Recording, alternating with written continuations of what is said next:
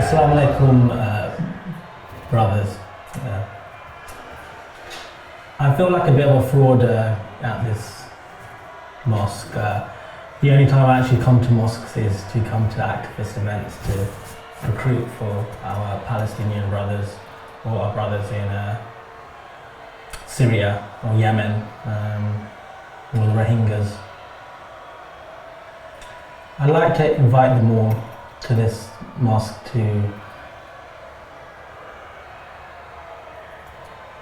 have one big feast with gather them all to the local chicken cottage. I remember when my brother came back from Mecca and Medina, and he'd talk about how the fried chicken there around the Kaaba was actually better than anything he'd tasted in his life. We have such a small world thinking that it's just South and East London where this culture comes from, and alhamdulillah in the local vicinity we have actual mosques named after passages from the Quran. We have like Al-Badr Fried Chicken, the greatest of battles for the believers. We have Shah Fried Chicken, named after the patron saint of Islam, and he brought the light of Islam to the lands of Bangladesh, where many of us are from. We have Ikhwan Fried Chicken, the brotherhood, the fraternity. So we can see something about the imam of a local community through just looking at their local fried chicken shops. I say Astaghfirullah when we see chicken shops named after places in Los Angeles or New York or Texas where people are actually mongering wars against us. Like, go to the electorate in Texas. They want to eliminate us. They want genocide against us. They want war perpetually against us. They're the ones who think it's fit to have our brothers in Guantanamo Bay, in Belmarsh prison.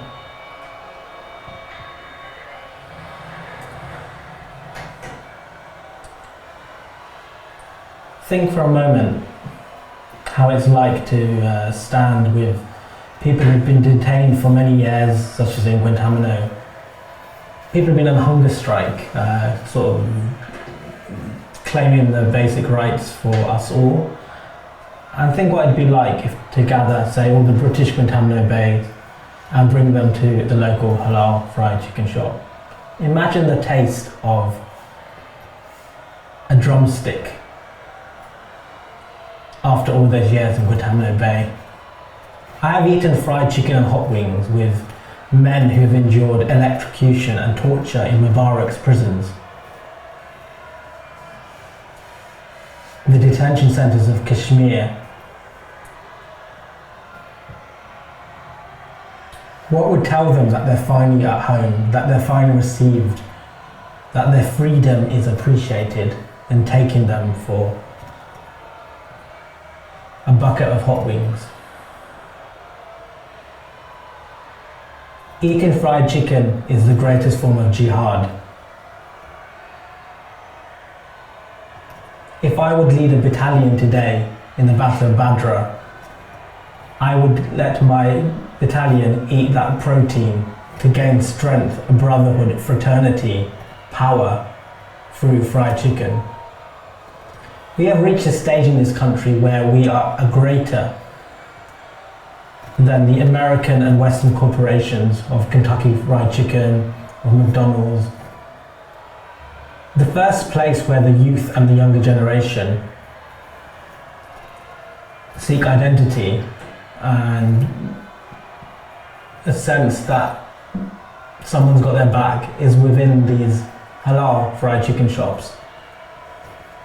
I've heard people who have converted to our deen, people who have converted to Islam, who said their shahada, La ilaha illallah Muhammadur Rasulullah, within a fried chicken shop.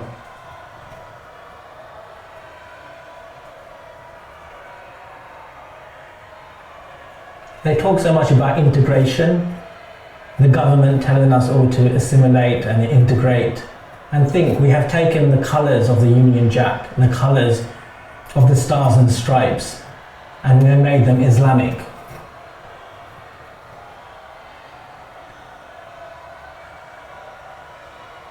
When I used to visit young brothers in the prisons of Belmarsh and Long Lartin, the first conversation they would have with me was whether it was a good thing for our ummah to have these places modelled after American Western corporations and claim them as Islamic. The ethics of fried chicken, the fiqh of fried chicken, was one of the first things the brothers used to ask me. But at heart, the brothers also missed the smell of fried chicken. It was not something that was granted to them. I've had brothers on death row who have requested fried chicken as their final meal. Think of what it would be like to be held in solitary confinement in the supermax, where you have no human contact apart from strip searches and legal visits, where you're chained. Think of that feeling of freedom you would have, of your humanness, of your dignity of a man, to be able to put your teeth into a piece of fried chicken.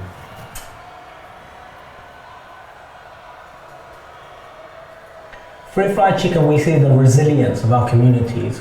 We see men who will stay up until the earliest hours of the morning, 2 a.m., 3 a.m. Every kafir knows that the place that they can seek sanctity, nourishment after their haram nights out is the local chicken shop.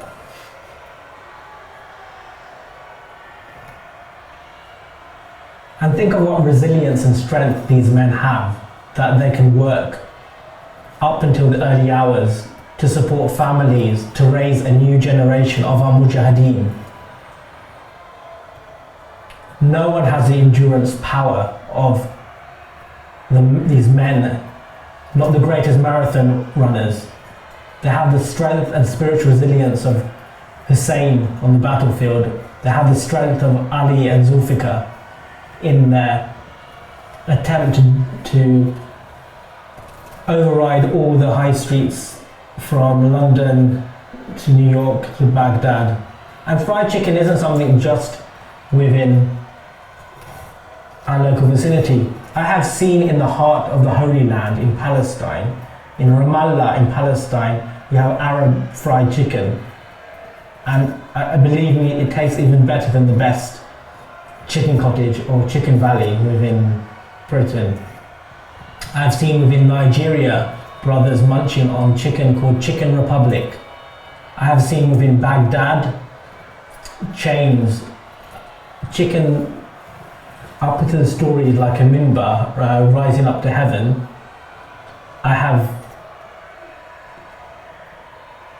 It's the same global family, it's the same notion of ummah. We have seen the Ottomans expand all up until the borders of Europe. We have seen the Moorish Spain as this meeting point of civilization, Cordoba, this point in which all faiths and civilizations meet. We could be the Cordoba of fried chicken. So brothers and sisters, I implore you, support your local chicken shop. Give zakat to your local chicken shop. Chicken shops can alleviate the poor, they can feed the hungry, and they can free the prisoners. Allah Hafiz, my brothers. Fried chicken is the true jihad.